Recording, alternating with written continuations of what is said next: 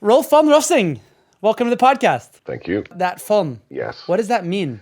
Doesn't that mean you're like royalty or something? Not quite royalty. It relates to what used to be an old title to the family, but that went out in 1919 with the end of the German Empire. So it's nice and ornamental. Okay. It's nice to have, but it doesn't mean anything nowadays. Well, you are like ISACA royalty in one way or another. Right? If you say that. Right. Cool. So thank you for being here with us today digitally. You started your career as a head of IT, and then you moved on to Ernst & Young, and then you became the international vice president of ISACA. That while you're being a partner for KPMG.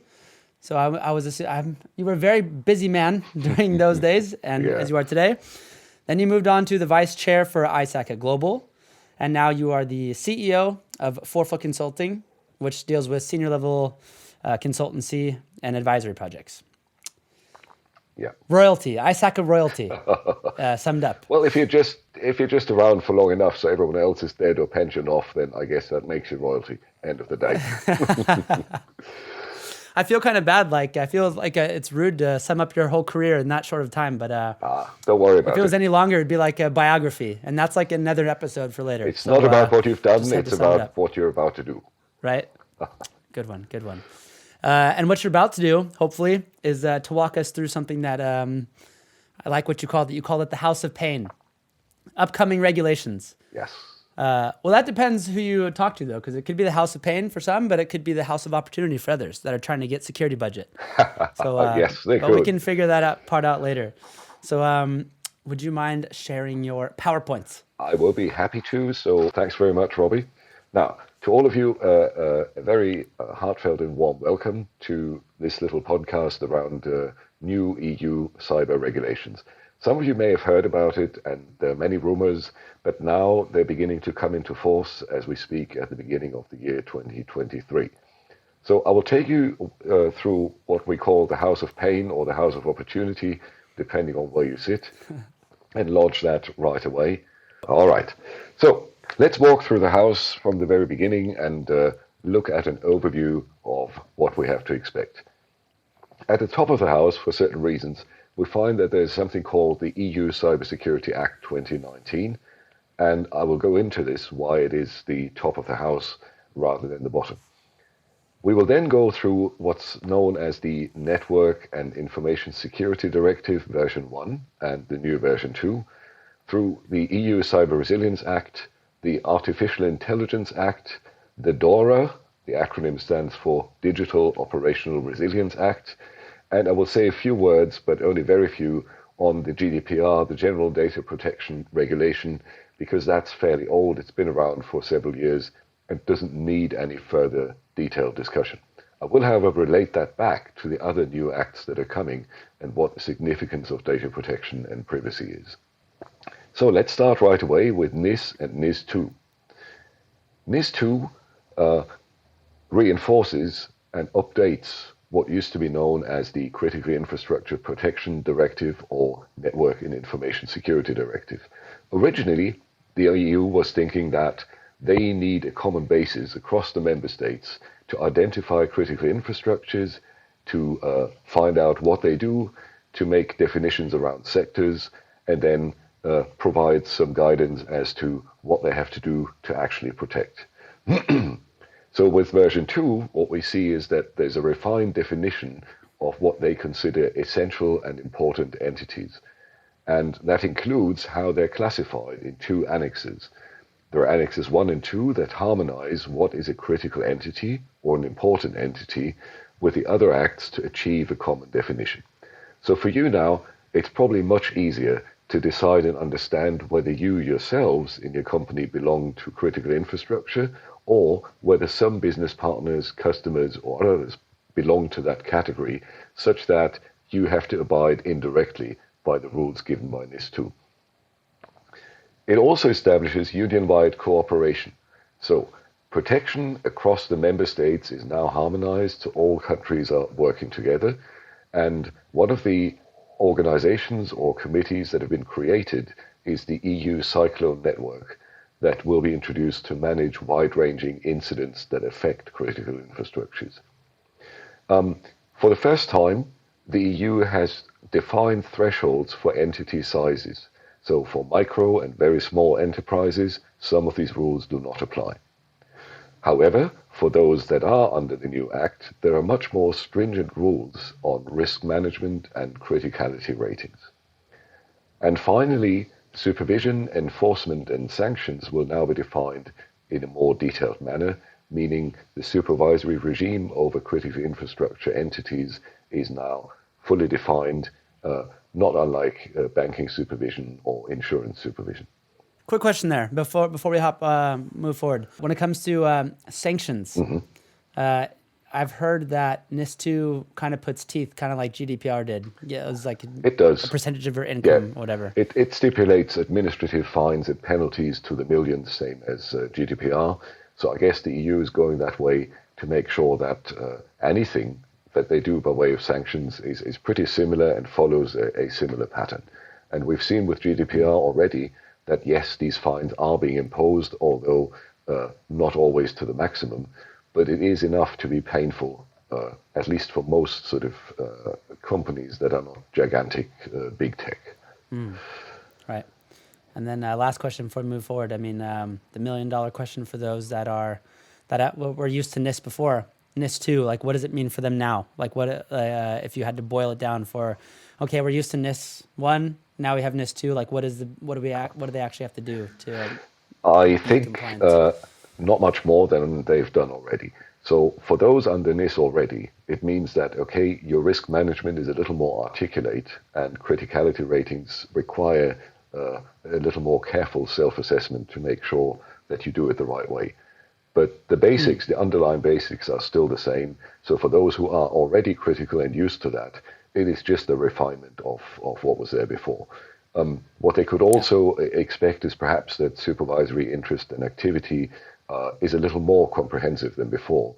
Now that they're creating the right sort of organizations and supervising bodies, there may be more audits, there may be more requests for information, but generally the substance of what has to be done has not changed. Yeah, cool. Okay. Thank you. So let's move on swiftly. The EU Cybersecurity Act. Now you said putting teeth to what they want. This is what happens. The mandate of ENISA has now been extended. Do you remember that it was originally created in 2004 as a temporary organization? However, it is now solidified, and ENISA is now called the EU Cybersecurity Agency. It's changed its name, and it specifies its quite wide-ranging advisory and consultative powers. So they are still an advisory body, not a regulator, but they are also expected now to closely work with and interact with other EU institutions, amongst others the banking supervisory authorities, to make sure that things like the EBA guidelines or the SREP are in line with the overarching sort of cyber framework and expectations. It also introduces a European cybersecurity certification framework that is to be enacted by accredited bodies in member states. You probably have to imagine that like ISO 27001 certification, where you have sort of a common standard, and then you have accredited certification bodies that audit entities and companies against that.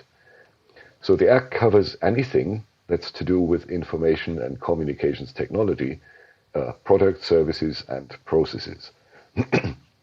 It then introduces the notion of conformity, same as you would have with an ISO standard, including assessments, self-assessments, and assurance levels. The assurance levels are harmonized with what we saw before, basic, substantial, and high, and then conformity is defined according to various technical standards and specifications.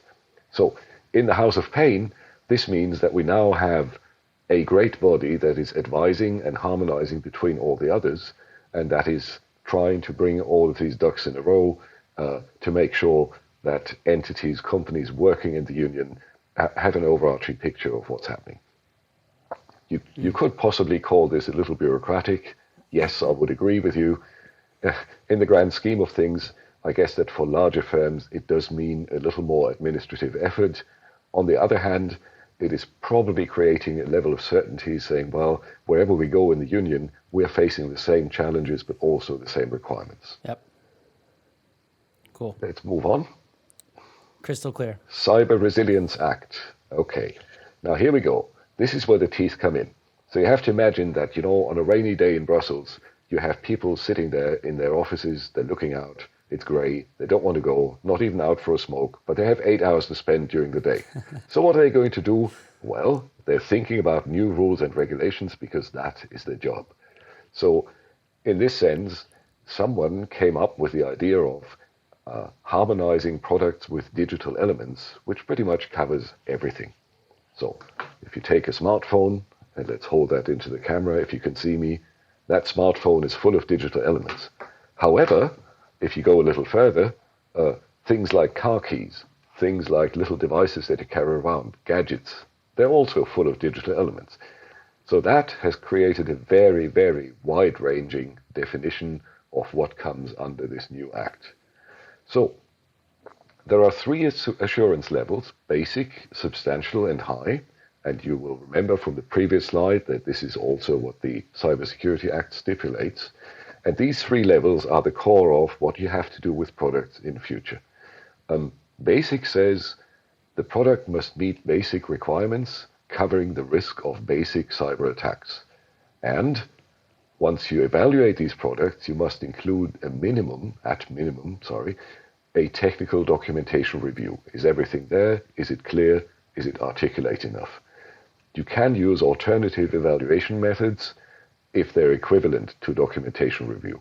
Now, please do not try to take a hammer, smash the car key, do destructive testing, and then see whether it's secure. That's not what they mean. So, moving on to substantial.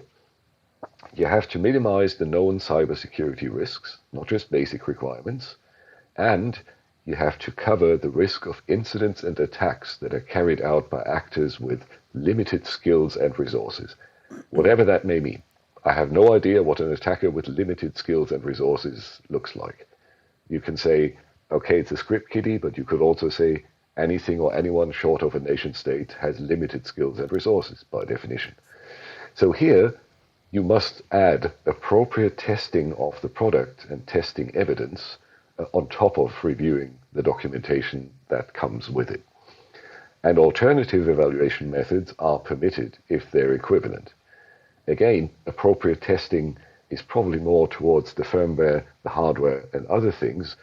And like I said in the beginning, the word appropriate here is very difficult to gauge because you don't know what appropriate testing actually means. So we will have to wait for a while down the line to see how that plays out and what appropriate means in the eyes of the regulator and the union.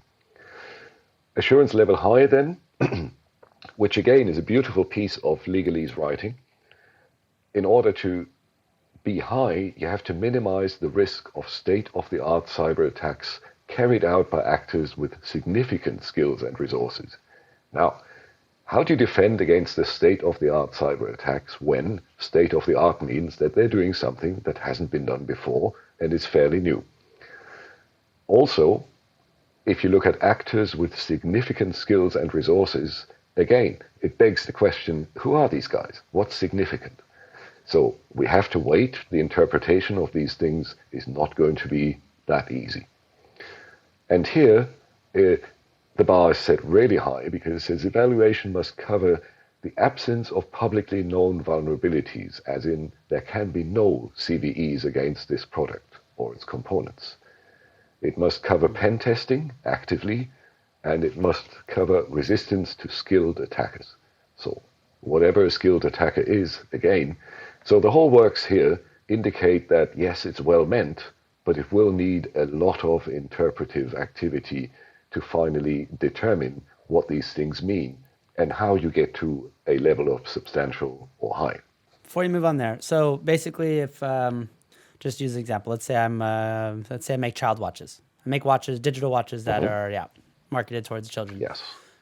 Whether that's assurance level substantial or assurance level high, that can be debated. But basically, if I'm to get hacked and, children's data, things go out there. What happens then? Is it that I get a fine, or I have to go before ANISA and explain ourselves, like explain our processes and what we're doing, and like what actually, where's the teeth here? An interesting case. Thanks for that one. So let me go through that step by step.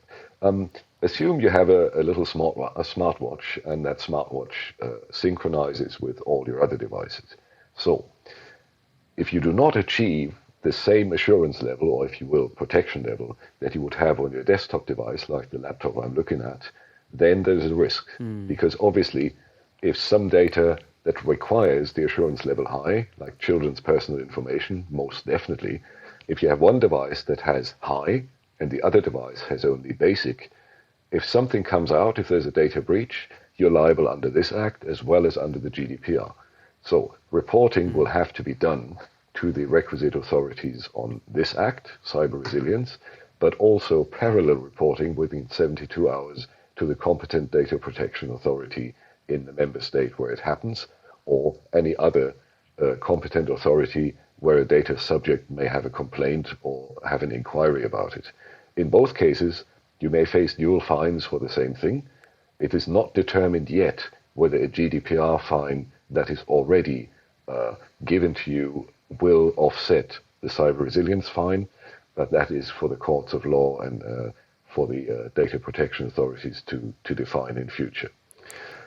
So basically, if you make a thing Yes. and it has a digital component in it, no matter how big or how little, you definitely need to sit down and have a proper thought about, where you are in this assurance level and what your risk is given something bad happens, right? I mean, it's a very clear roadmap. First off, you have to sit down and say, well, what is the information asset that I'm actually planning to process or use or store? Now that is known, and you usually do a protection level analysis, you do an inheritance analysis in your IT corporate backend where you say, well, if the protection level for confidentiality is high, I will probably have to do something. That's a well-known thing, doesn't need further explanations. However, if you now go to the IoT, things with digital elements, you will have to make sure that inheritance from your corporate backend of the protection level to that device is correct. So you do not get yourself backdoors or unintended weaknesses and vulnerabilities in there. And what this act now means is that if you have common, well-defined assurance levels, you can use them for any of your products to say, well, if my information asset has a protection level of high or very high, in that definition, then presumably I should also have a cyber resilience assurance level of high.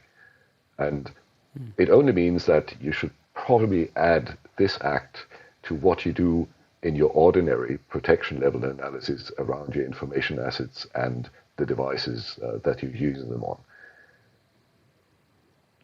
This is like a good example of opportunity for security people. Like, hey, you have this Cyber Resilience Act for our Robby, if you can tell me where they are, these security people, I will hire them all. Yes. We need them ourselves. Yes, cool. Okay. Right. So let me move on. Just to give you the sort of analysis of what this does. The Act covers any product with digital elements. That's very far-reaching, and it's a wide definition. It covers literally anything that's connected to some form of network. It may be your car, it may be your house, it may be your digital smartwatch.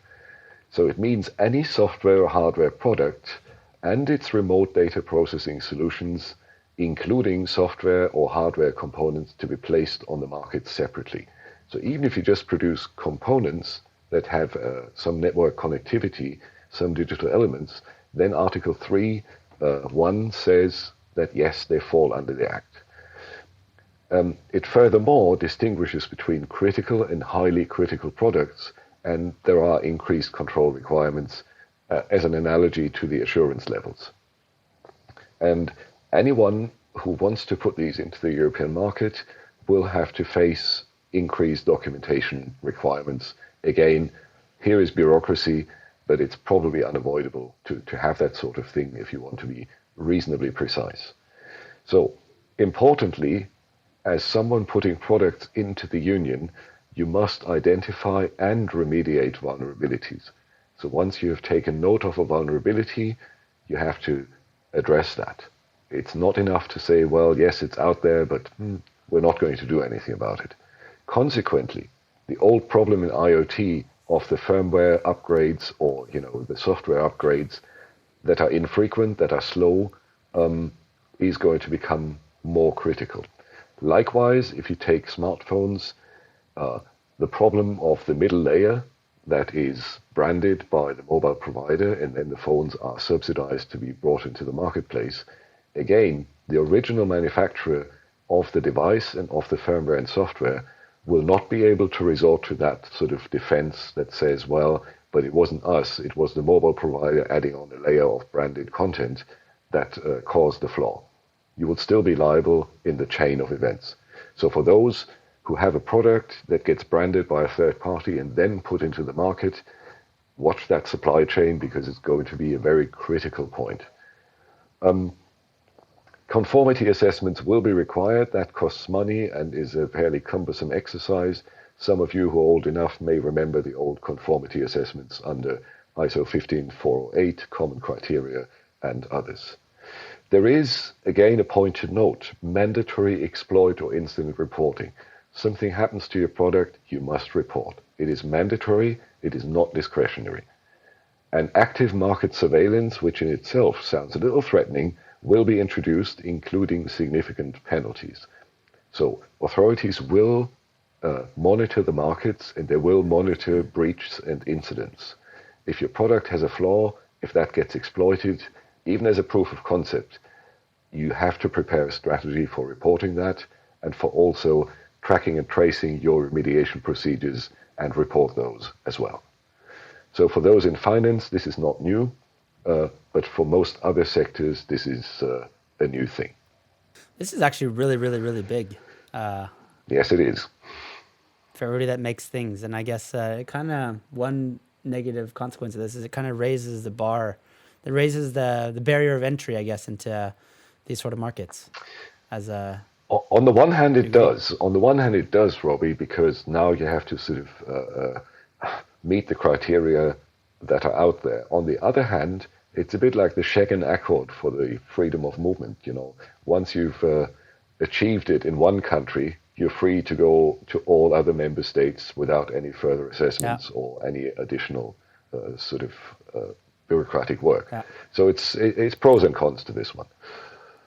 And at the end of the day, this is all meant to protect us, Robby and Rolf, as a consumer, right? That's the whole point. Yes, mostly it is. Mostly it is. Yeah. Okay. Cool. Let's move on. Huh? Oh, this is my favorite, the Artificial Intelligence Act. So, the Act governs the placing on the market, putting into service, or the continuing use of artificial intelligence. And that covers the manufacturers as well as the continuing users. So if you use AI, even if you buy that in as a service, you share the responsibility for its use. Now let that one sink in. You touch it, you're liable. So it's not just the people making the AIs and deploying them, it's also you if you use them. An example, if you're a health insurer and you use AI, for instance, to analyze how often people go to the doctors, to the hospitals, how often they do their routine checks or they don't do their routine checks. It is common practice to do that, but if you do it manually, human intelligently, there's little problem around it. Let's put it like that. If you use an AI to do that, suddenly you fall under the provisions of this act. What it also means is, the healthcare example is a good one, that if you do that, you are falling under the category of so-called high-risk AIs. There are several examples, and there's a whole annex that says what are high-risk AI applications, and certainly anything that handles sensitive personal information is high-risk AI. The reason for doing that is that the union thought, well, if it's people doing, at least you have people supervision, and they can be governed and guided by the various policies, procedures, whatever. You have legal recourse against people, and you have also sanctions against people as appropriate, criminal or civil. What do you have against a piece of software? Can you take a piece of software to court? No. Can you take a piece of software and assume criminal liability? No. Can you indeed bring criminal or civil proceedings against the manufacturer of that software? No, you can't, because once the AI has been unleashed and is working somewhere else, you can always bring the defense that says, well, we manufactured the AI, we deployed it off the shelf, it was naked, and then it started learning at the client side, inside the firm. That learning is no longer our liability, our responsibility. So you see that the transition from using humans to using AI is indeed a huge one, because it effectively takes away any legal remedy against the AI itself or its originator. Hence the need for an act like this that tries to bridge that gap and bring in sort of an accountability even for the user, being conscious of the fact that once you acquire it, once you put it to work, it's your dog. You know, you take it from the kennel, and that moment it's your dog and you mind your dog, you know. It makes a poo in the corner, you pick it up. It bites someone, you're liable and you're responsible. So that sort of thing was behind thinking that continuing users of AI should assume accountability. So, also important for you, and legally speaking, this is very problematic, but it'll have to be seen how this plays out. The Act introduces the concept of reasonably foreseeable misuse, and that is a powerful but extremely pessimistic judicial construct. What it says is that users of AI, as well as manufacturers and other people offering it, must reasonably foresee any misuse that might happen with the AI. So you have to have almost clairvoyant foresight, saying, well, if I use this AI, if I do something with it, already at the beginning, day one, I have to imagine all sorts of potential misuses, malpractices, other things around this AI. I have to note them down. And if I reasonably foresee them, I have to do something preventive to actually avoid this from happening. So it's pessimistic, and it puts the burden of proof on the AI user or the AI manufacturer even before something has happened. Liability arises if you fail to reasonably foresee what might happen in the future, because other lawyers can come and say to you, but you should have seen that, shouldn't you? Reasonably foreseeable misuse. So it's powerful. We have to see what happens with this. Also, the Act provides a negative list of prohibited AI use, and that's a long list of things you really can't do. Example, you cannot do something in public that would recognize, automatically identify individuals in a crowd, other things. That is not allowed, and there's a long list of other things. Exemption clauses exist for state actors, factual uses like, voice and face recognition in the crowd. Yes, of course, police, law enforcement can do it. They have to. But these are the only exemption clauses that exist for the use of AI in a prohibited manner. And you find annexes that will, like I said, give you the high-risk AI applications as types and categories, but it's not exhaustive. So it always says, well, there may be others that also fall into this category. If we haven't listed them here, nevertheless, you be careful. So for anyone trying to use AI, despite this sort of act coming their way, you will have to have a compulsory risk management system. You will have quite wide-ranging human oversight requirements, so the AI must be controllable at all times, it must be transparent, and its acts and omissions must be traceable in the past by log files or others. So anything the AI has done or decided must be traceable for an informed third party auditing this retrograde. And then the usual provisions around cybersecurity and resilience will apply, but we've seen that with the previous ones. So here it is, it's boring and dry, but if you look behind the scenes, actually this is a huge one coming our way. Yeah, but I mean, I don't see anything there being like unfair. It seems all like fair and smart. Like Chat GPT is a great example of that, right?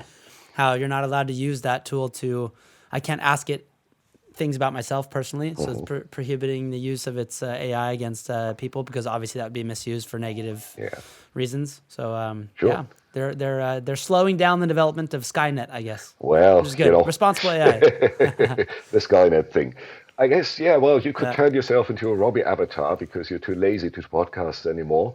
And then the avatar could speak to people like me. No, that's a no. And in that sense, I agree with you. There have to be certain limitations and there have to be certain regulations around it. My caveat here would be, again, as in most European settings, do not overregulate that to the point that it's impossible to use it. Well meant is not necessarily well done, but this one, again, leaves a lot of room for legal and technical interpretation. So we'll have to see in future how it is actually used. Yeah, I feel like everything you presented so far has a room to wiggle around and justify, and so that's it good. certainly does. Right. Cool. So last one, DORA. This one is this one's candy for the bankers. What does that do? It introduces operational resilience requirements for financial institutions and their ICT providers. So that's very new because before any regulation across and around Europe was for financial institutions only, and now they've added on explicitly their ICT providers.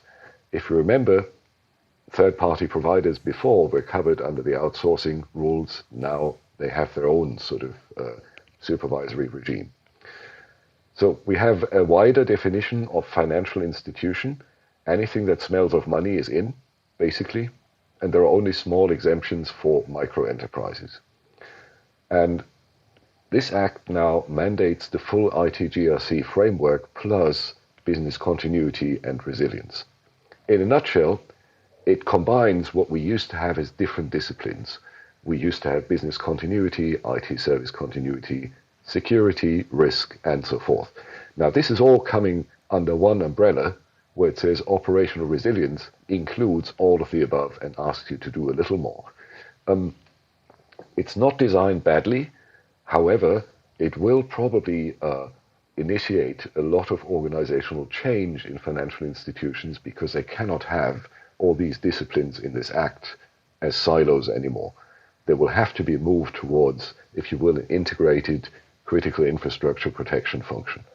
And that's new, but I can say from my experience in the banking sector and, sort of recently talking to folks there, that DORA requires more cooperation and a more seamless kind of approach inside the bank or inside the financial organization.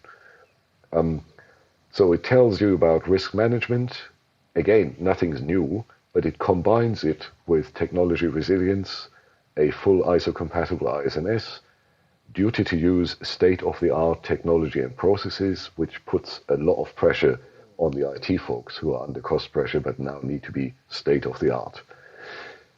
And here I quote Article 8.3a to D. It has teeth because it says enterprises must guarantee, a very strong legal word, guarantee the security and data protection. So that means the Act emphasizes the burden of proof on the bank to guarantee that everything's in order and everything's hunky-dory.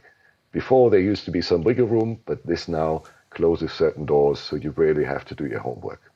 So if Demonic is a provider to, per definition, a provider of IT services to a bank, right? Then we're also under that act then. Yes, you are, provided you are of a certain size and criticality. This does not necessarily apply to small ICT providers. It does not necessarily relate to the occasional purchase of products or services by a bank. No, this is about the huge ICT providers that are systemically critically for the sector. Example, if everyone uses 365, then Microsoft's on the list for this one. I guess for these very large ones, it shouldn't present any problem because they are fairly good at what they're doing already. There may be some others that are systemically relevant for a certain class of financial institutions, say specialized software providers for core banking in one member state.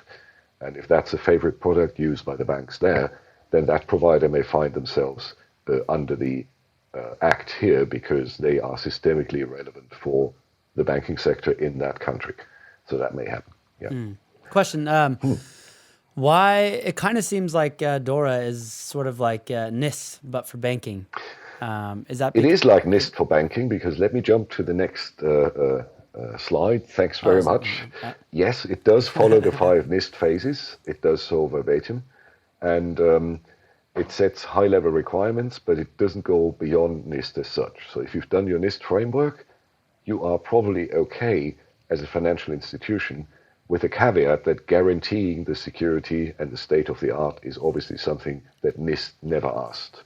But that's an add-on to say, well, how seriously should you take the NIST requirements? They can afford it. Well, yeah, there's a requirement to do mandatory lessons learned processes and post-incident reviews. Again, something that NIST recommends, but it doesn't really mandate that. But this act does now. There's duty to communicate on incidents and have a person doing so, a staff position. Whether that's part of full-time is probably a function of your size, but like having a data protection officer, here you go, if you're under DORA, you must have a person to report and deal with incidents. So duty to report, introduction of mandatory testing, that goes to the business continuity, disaster recovery side of things, and this testing must be realistic enough, not just tabletop, to make sure that you're kicking the tires. And if you're using other service providers, like the old banking regulation, you are required to apply that framework to other third parties. So if you use me as a consultant to help you with some of your banking problems, the DORA requirements should also apply to me, depending on the context of what I do and the criticality of what I do. If I'm your external information security officer, yes, everything applies. If I'm just like cleaning the floor down at ground floor, then probably not. And the Act sets up a parallel supervisory framework that covers ICT providers directly, that resembles the current banking supervisory regime. That says that the regulators can now go to IT providers directly, even without the knowledge or the consensus of the bank behind it. And I told several ICT providers already across Europe, and I said, guys, you realize that we as a bank, when working with you, we can point out your flaws and weaknesses. You can complain about it and say, well, contract change, yes, it costs more money and so on. But please be advised that the regulator can knock on your door even without our knowledge. We cannot protect you if something goes wrong. So you be aware of that. Now, yeah, that caused a bit of near panic, because they were saying, well, oh, but what do you mean? I said, well, they can audit you anytime they want. They don't have to ask us, the bank, anymore. And it's not our responsibility. If you do something and they come and audit you, they can impose fines against you directly. Oh, that's different. Well, yeah. But there you go. So that's the thing for now. Lots of dry bureaucracy, but I hope it's been a little instructive in terms of giving you practical examples of what that might mean and what the paper tiger might do in reality. Thank you very much, Rolf. How much time do we have? I mean, are all these things like the DORA, Resilience Act, the Artificial Intelligence Act, are they rolling out at the same time? Okay, March, whatever, 2025, boom? Or is it different dates for all of them? Well, there is a boom date for most of them. And as you can see, when they come out, they will give you sort of advance notice, but it won't be too long. So usually from our experience, from the initial publication to the mandatory end when you have to be compliant, it is between 18 months and 2 years. And if you remember GDPR, that was announced in 2016, even 15, so you could see the shape and how it was developing. And they said, well, 25th of May 2018 should be enough for everyone to sort of get familiar with that. So expect them to come in by way of publication pretty soon, one by one. When you have to be compliant is open. So I can't predict that. Yeah. Okay, sorry. Start working on it. Yeah, sorry. I think your lights got turned off. Yeah, it looks like we're having an electrical problem, but I have a battery.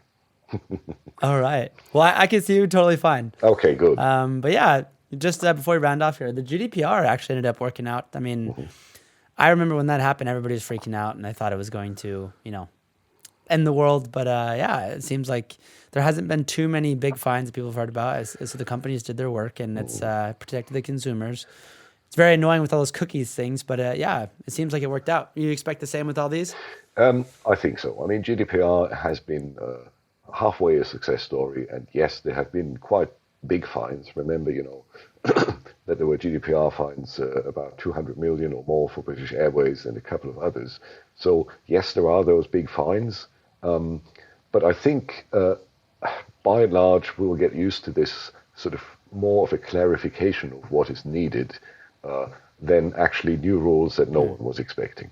And let's face it, in some settings, you have a lot of companies that when they're under cost pressure and they try to sort of do things as efficiently as possible, they may need a bit of persuasive activity by the regulator to do the minimum and to do it continuously and constantly. So to sum that up, I would say buying an expensive motorcycle, going fast, but then arguing with a policeman that you didn't have money for the helmet, that's not going to work anymore. It's not going to work anymore. Yeah. Well, Rolf, thank you so much for sharing your expertise and taking the time to join us here today. Good luck with the power there in the background. Yes, I hope it'll work in a few minutes then again. Huh? All right, Robby. Thanks very much for moderating this. We'll see you around. Okay, I'll see you.